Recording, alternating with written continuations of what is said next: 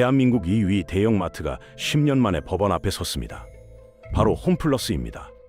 매출 6조 원, 웬만한 대기업 뺨치는 규모입니다. 그런데 하루 이자만 10억 원, 한 달이면 서울 아파트 수십 채 값이 이자로 빠져나갔습니다. 왜 이 지경이 됐을까요? 쿠팡 때문이라고요. 그건 절반만 맞는 이야기입니다. 이마트도 롯데마트도 힘들지만 버티고 있습니다. 유독 홈플러스만 공중분해된 진짜 이유, 함께 파헤쳐 보겠습니다.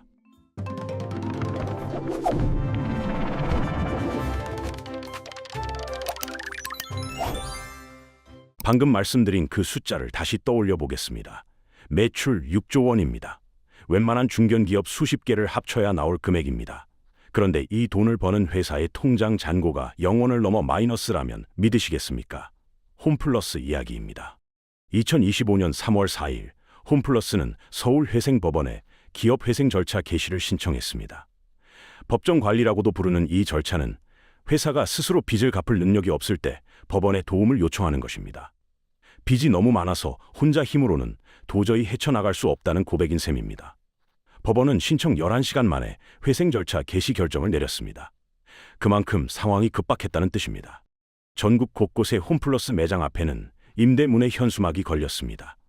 서울 동대문점, 목동점 등이 이미 문을 닫았습니다. 직원들은 법원 앞에서 눈물을 흘리며 시위했습니다. 2025년 12월에는 급여를 두 차례에 나눠 지급하는 일까지 벌어졌습니다. 회사가 한 번에 월급을 줄 돈조차 없다는 뜻입니다. 도대체 무슨 일이 있었던 걸까요? 숫자만 보면 이해가 되지 않습니다. 매출은 분명히 조 단위로 나옵니다. 전국에 매장도 120여 개나 있습니다. 장을 보러 오는 손님들도 여전히 있습니다. 그런데 왜 이 지경까지 온 걸까요? 여기서 우리가 놓치기 쉬운 게 있습니다. 매출이 크다고 해서 회사가 건강한 건 아니라는 사실입니다. 매출은 물건을 팔아서 들어오는 돈의 총합입니다. 하지만 그 돈으로 직원 월급도 주고 전기세도 내고 물건값도 치러야 합니다. 그리고 빚이 있다면 이자도 내야 합니다. 홈플러스의 문제는 바로 여기에 있었습니다. 벌어들이는 돈보다 나가는 돈이 더 많았습니다. 특히 이자로 나가는 돈이 상상을 초월했습니다. 하루에 이자만 얼마나 냈을까요? 무려 10억 원에 가까웠습니다. 한 달이면 300억 원입니다. 1년이면 수천억 원이 이자로만 사라집니다. 아무리 장사를 잘해도 이 정도 이자를 감당하면서 회사를 키울 수는 없습니다. 마치 물이 새는 배를 타고 항해하는 것과 같습니다. 아무리 노를 저어도 배는 점점 가라앉을 수밖에 없습니다. 많은 분들이 궁금해하실 겁니다. 왜 이렇게 빚이 많아졌을까? 홈플러스가 장사를 못해서 그런 걸까? 아닙니다. 이 빚은 홈플러스가 만든 게 아닙니다. 누군가가 홈플러스에게 떠넘긴 빚입니다. 그 누군가가 바로 홈플러스의 새 주인이었습니다. 여기서 중요한 첫 번째 단서가 등장합니다. 홈플러스의 몰락은 장사를 못해서가 아니라 주인이 잘못 바뀌면서 시작되었습니다. 2015년 홈플러스에 새로운 주인이 들어왔습니다. 그리고 그때부터 홈플러스의 운명은 완전히 달라졌습니다. 홈플러스가 위기에 빠졌다는 뉴스를 보면 대부분 이렇게 생각합니다. 쿠팡 때문이겠지. 알리익스프레스랑 테무 같은 중국 쇼핑몰도 들어왔잖아. 다들 온라인으로 장 보는데 대형마트가 안 되는 건 당연한 거 아니야. 이 생각은 반만 맞습니다. 분명히 유통 환경이 바뀐 건 사실입니다. 스마트폰 하나면 집에서 편하게 장을 볼 수 있는 세상이 되었습니다. 쿠팡의 로켓 배송은 새벽에 주문해도 아침에 물건이 도착합니다. 마트까지 차를 끌고 가서 무거운 짐을 들고 올 필요가 없어졌습니다. 이런 변화가 대형마트 전체에 타격을 준 건 맞습니다.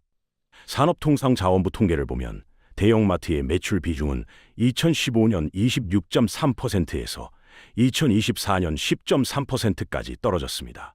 그런데 여기서 한 가지 질문을 던져보겠습니다. 이마트는 왜 버티고 있을까요? 롯데마트는 왜 아직 문을 안 닫았을까요? 똑같은 대형마트인데 왜 유독 홈플러스만 법정 관리까지 갔을까요? 온라인 쇼핑의 성장이 원인이라면 대형마트 전부가 비슷한 상황이어야 합니다. 하지만 현실은 다릅니다. 이마트를 보겠습니다. 이마트도 분명 힘듭니다. 매출이 줄고 수익성도 나빠졌습니다. 하지만 이마트는 온라인 사업에 투자했습니다. SSG닷컴을 키웠고 새벽 배송 시장에도 뛰어들었습니다. 오프라인 매장도 리뉴얼하면서 경쟁력을 유지하려고 노력했습니다. 롯데마트도 마찬가지입니다. 롯데온이라는 온라인 플랫폼을 만들고 적자 매장은 정리하면서 체질 개선에 나섰습니다. 홈플러스는 어땠을까요? 홈플러스도 온라인 사업을 했습니다. 하지만 규모가 달랐습니다. 경쟁사들이 수천억 원을 투자해서 물류센터를 짓고 배송 시스템을 구축할 때 홈플러스는 그럴 여력이 없었습니다. 돈이 없었습니다. 아니, 정확히 말하면 돈은 있었는데 다른 데 써야 했습니다. 바로 빚을 갚는 데 말입니다. 같은 시기 쿠팡은 무엇을 했을까요? 쿠팡은 전국에 거대한 물류센터를 지었습니다. 수조 원을 투자해서 로켓 배송 시스템을 완성했습니다. 적자를 감수하면서도 미래를 위한 인프라를 깔았습니다. 그 결과 지금 쿠팡은 대한민국 유통시장의 절대 강자가 되었습니다. 홈플러스가 같은 시기에 한 일은 무엇이었을까요? 이자를 냈습니다. 월세를 냈습니다.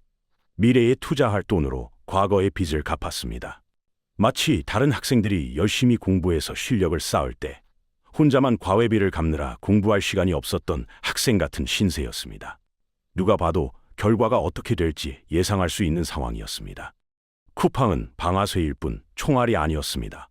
홈플러스를 무너뜨린 진짜 총알은 따로 있었습니다. 그건 바로 회사 안에 숨어있던 시한폭탄이었습니다. 2015년에 심어진 그 폭탄의 이름은 LBO입니다. 우리말로 하면 차입매수라고 합니다. 2015년 9월 홈플러스에 새로운 주인이 등장했습니다. 이름은 MBK 파트너스입니다. 사모펀드라고 불리는 투자회사입니다. 사모펀드란 여러 투자자에게서 돈을 모아 기업을 사고 파는 일을 전문으로 하는 회사입니다. 쉽게 말해 회사를 사서 가치를 높인 다음 비싸게 되파는 게 목적입니다. MBK 파트너스는 영국 테스코로부터 홈플러스를 7조 2천억 원에 샀습니다. 한국 인수합병 역사상 가장 큰 금액이었습니다. 당시 MBK는 경쟁사인 KKR 컨소시엄을 막판에 역전하면서 홈플러스를 손에 넣었습니다. 그런데 여기서 중요한 건 이 돈을 어떻게 마련했느냐입니다. MBK가 7조 2천억 원을 전부 자기 돈으로 냈을까요? 아닙니다. 이 중 약 2조 7천억 원은 홈플러스의 부동산을 담보로 빌린 돈이었습니다. 이런 방식을 LBO라고 부릅니다. 레버리지드 바이아웃. 쉽게 풀면 빚을 지렛대 삼아 회사를 사는 방식입니다. 내 돈은 조금만 넣고 대부분은 빌려서 큰 회사를 사는 겁니다.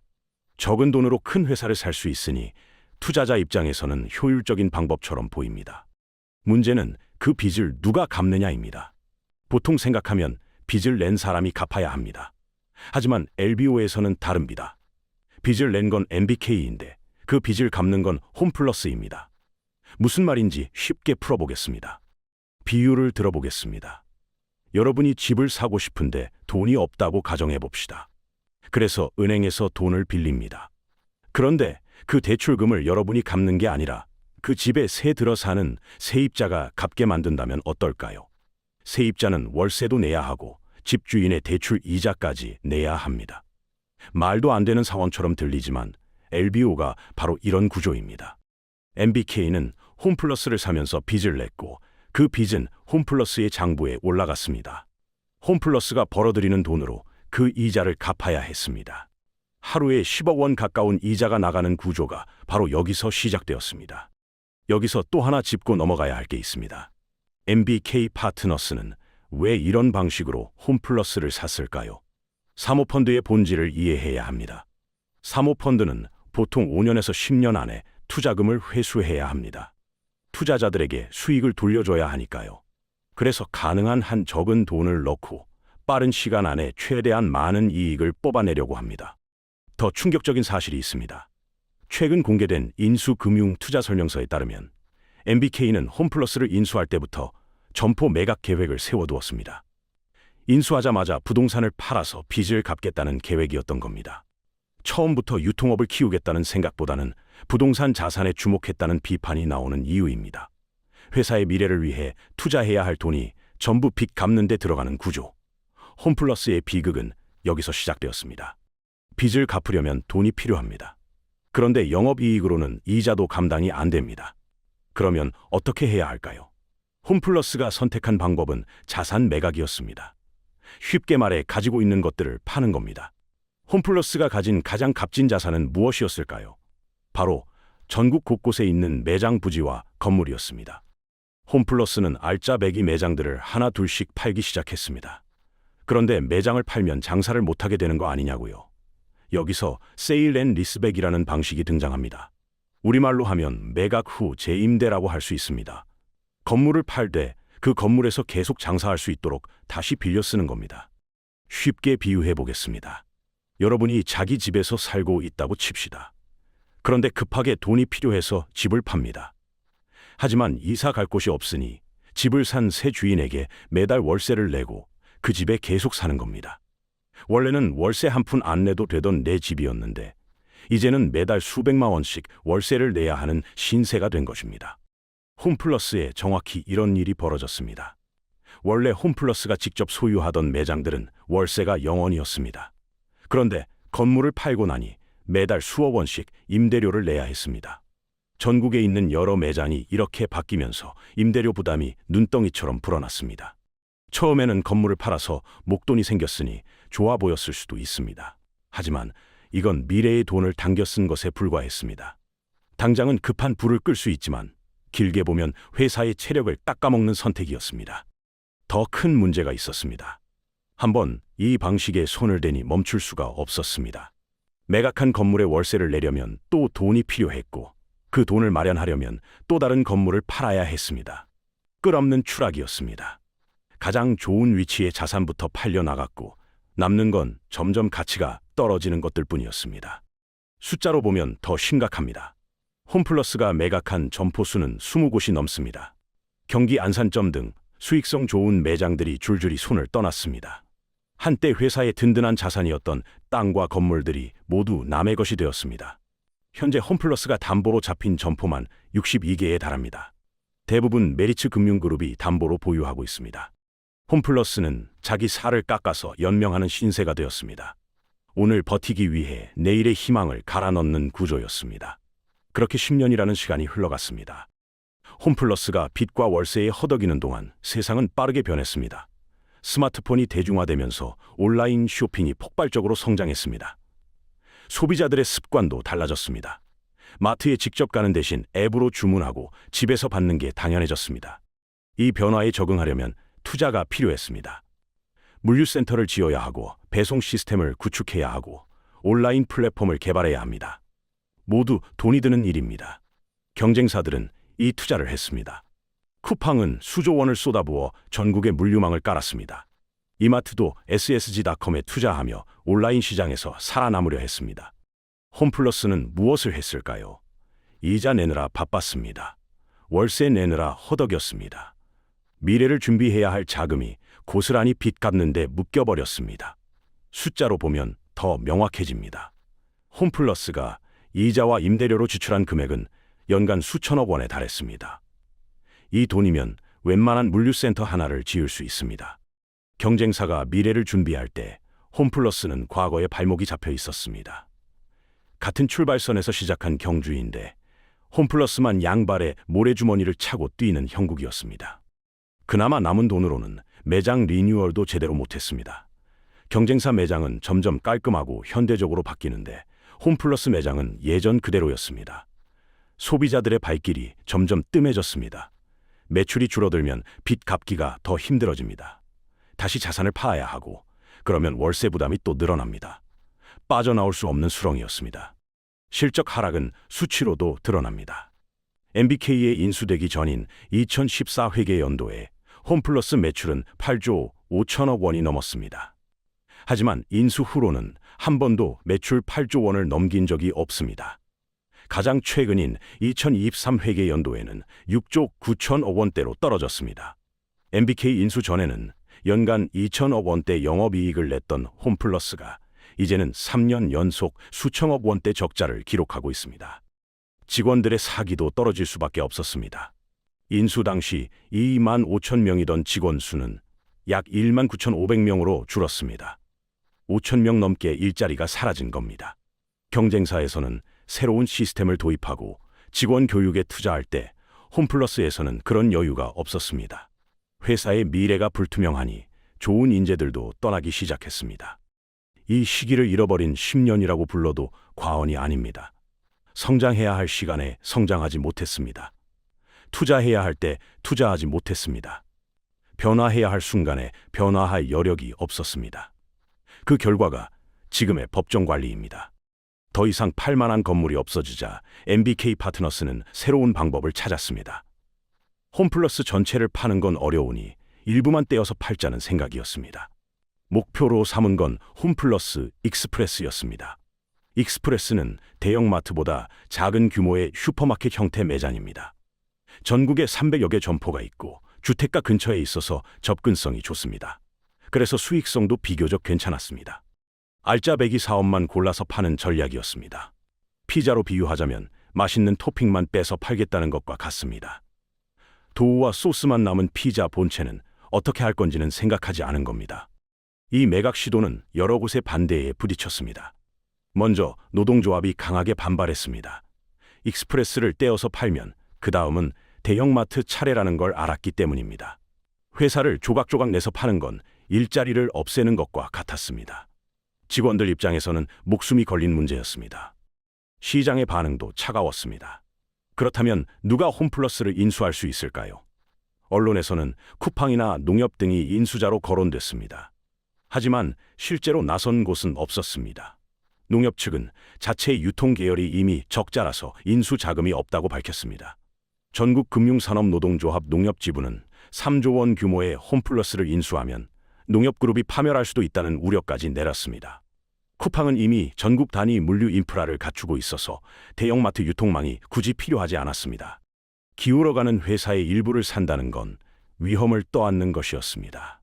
침몰하는 배에서 멀쩡한 구명보트 하나를 사봤자 주변 상황이 좋지 않으면 가치가 떨어집니다. 2025년 11월 26일 본 입찰이 진행됐는데 입찰서를 제출한 기업이 단 한 곳도 없었습니다. 완전히 무산된 겁니다. 이 실패가 의미하는 바는 분명했습니다. 시장은 이미 홈플러스의 가치를 낮게 평가하고 있었습니다. 알짜 사업만 떼어내도 사겠다는 곳이 없었습니다. 회사 전체에 대한 신뢰가 무너진 상태였습니다. 상황이 이 지경까지 왔는데도 석연치 않은 일이 벌어졌습니다. 법정 관리를 신청하기 직전까지 홈플러스는 기업 어음을 발행했습니다. 기업 어음이란 회사가 단기로 자금을 빌리는 방법입니다. 나중에 갚을 테니 지금 돈 좀 빌려달라는 약속 어음인 셈입니다. 보통 CP라고도 부릅니다. 문제는 이 어음을 산 사람들이 있다는 겁니다. 홈플러스가 곧 법정 관리에 들어갈 줄도 모르고 돈을 빌려준 겁니다. 만약 홈플러스 측이 회사의 위기 상황을 알면서도 이를 숨기고 어음을 발행했다면 이건 심각한 문제입니다. 터지기 직전인 폭탄을 남에게 떠넘긴 것과 다름없기 때문입니다. 이 문제로 검찰 수사가 진행 중입니다. 서울중앙지검은 김병주 MBK 파트너스 회장을 피의자 신분으로 조사했습니다.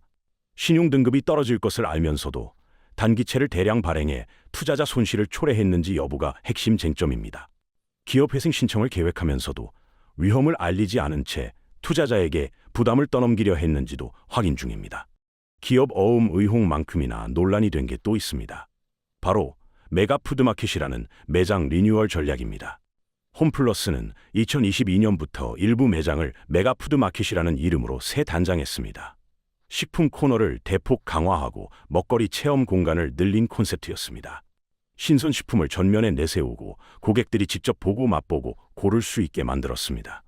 온라인이 따라오기 어려운 식품 분야에서 오프라인의 강점을 살리겠다는 전략이었습니다. 언론에서는 이를 대대적으로 홍보했습니다. 매출이 늘었다는 기사도 나왔습니다. 홈플러스의 반전 카드처럼 보였습니다. 하지만 속사정은 달랐습니다. 매출은 늘었을지 몰라도 영업 흑자 전환에는 실패했습니다. 리뉴얼 비용으로 1,000억 원이 넘는 돈이 들었고 식품 마진율은 원래 낮은 편입니다. 신용평가사도 이렇게 평가했습니다. 홈플러스는 장사에서 현금을 벌어들이는 능력이 부족하고 과중한 재무 부담이 지속되고 있으며 리뉴얼에 따른 높은 고정비 부담으로 단기간에 영업 흑자 전환은 어렵다고 말입니다. 화려한 포장지로는 속이 썩은 과일을 감출 수 없는 것처럼 메가푸드마켓도 회사를 살리지 못했습니다. 근본적인 문제인 과도한 부채를 해결하지 않은 채 겉만 포장한 것에 불과했기 때문입니다. 파티는 끝났습니다. 하지만 계산서는 이제 막 날아오기 시작했습니다. 그 계산서를 받아든 건 MBK 파트너스가 아닙니다. 홈플러스에서 일하던 2만여 명의 직원들입니다. 홈플러스와 거래하던 수많은 협력업체 관계자들입니다. 그리고 동네 홈플러스에서 장을 보던 소비자들입니다. 직원들은 하루아침에 일자리를 잃을 위기에 놓였습니다. 2025년 12월에는 급여를 2차례에 나눠받는 일까지 겪었습니다. 노조 측은 이렇게 말했습니다. 12월 급여도 분할 지급인 상황에서 1월 급여 지급도 장담할 수 없다는 불안이 크다고요. 수십 년간 한 회사에서 일해온 사람들도 있습니다. 그들에게 홈플러스는 단순한 직장이 아니라 삶의 터전이었습니다. 협력업체들은 대금을 받지 못할까 전전긍긍하고 있습니다. 일부 납품업체는 대금 정산이 지연되자 납품을 중단하기도 했습니다. 중소납품업체들에게 홈플러스와의 거래는 매출의 상당 부분을 차지했습니다. 법원 앞에서 시위하는 사람들의 얼굴에는 분노와 두려움이 함께 담겨 있습니다. 2025년 12월 29일 홈플러스는 회생계획안을 법원에 제출했습니다. 회생계획안이란 회사를 살리기 위한 구체적인 계획서입니다. 핵심 내용은 익스프레스 분리 매각, 최대 1개 점포 폐점, 그리고 인력 구조 조정입니다. 회사를 살리기 위해 대규모 수술이 불가피해진 겁니다. 하지만 이 수술이 성공할지는 아무도 모릅니다. 채권단과 노조, 법원의 동의를 얻어야 하기 때문입니다. 이들은 회사의 잘못된 결정에 아무런 책임이 없습니다. 그저 열심히 일하고 성실하게 거래했을 뿐입니다. LBO가 뭔지도 몰랐고 세일 앤 리스백이 뭔지도 몰랐습니다. 그냥 맡은 일을 열심히 했을 뿐인데 갑자기 삶의 기반이 흔들리게 되었습니다. 홈플러스 사태는 우리에게 중요한 질문을 던집니다. 기업의 주인은 누구일까요? 주주만이 주인일까요? 그 기업에서 일하는 사람들, 그 기업과 거래하는 사람들, 그 기업의 서비스를 이용하는 사람들은 주인이 아닐까요? 기업은 단순히 주주의 이익을 위해서만 존재하는 게 아닙니다. 기업은 사회의 일부이고 많은 사람들의 삶과 연결되어 있습니다. 사모펀드의 투자 방식 자체를 무조건 나쁘다고 할 수는 없습니다. 제대로 된 사모펀드는 기업의 투자에서 가치를 높이고 그 과정에서 모두가 이익을 얻습니다. 하지만 홈플러스 사례는 그렇지 않았습니다. 단기 이익을 위해 회사의 미래를 담보로 잡았습니다. 그 결과 회사는 망가지고 수많은 사람들이 피해를 입었습니다. 한 가지 분명한 교훈은 있습니다. 기업을 단순히 돈놀이의 수단으로만 보면 안 된다는 것입니다. 기업이 무너지면 그와 연결된 수많은 삶도 함께 흔들립니다.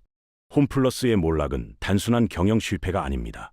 잘못된 인수 구조가 10년에 걸쳐 회사를 갉아먹은 결과입니다. LBO라는 방식으로 빚을 떠안긴 순간부터 홈플러스의 운명은 정해져 있었는지도 모릅니다.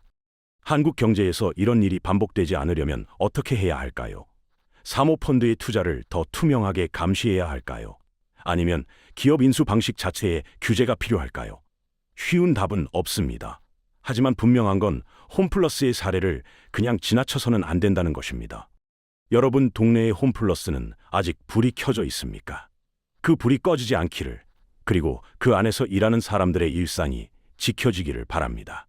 그런데 여러분, 혹시 이런 생각 해보신 적 있습니까? 내가 자주 가는 마트, 내가 쓰는 카드사, 내가 다니는 회사의 주인이 사모펀드라면요. 다음 영상에서는 MBK 파트너스가 인수한 또 다른 기업들을 살펴보려고 합니다. 네파, 딜라이브, 롯데카드까지. 홈플러스만의 문제일까요? 아니면 우리 주변 곳곳에 비슷한 위험이 숨어 있을까요? 복잡한 경제 뉴스, 어렵게 느껴지셨다면 이 채널을 주목해 주십시오. 저희는 여러분이 뉴스에서 놓치기 쉬운 진짜 이야기를 파헤칩니다. 구독과 좋아요, 알림 설정까지 해두시면 다음 영상을 가장 먼저 받아보실 수 있습니다. 다음 편에서 뵙겠습니다.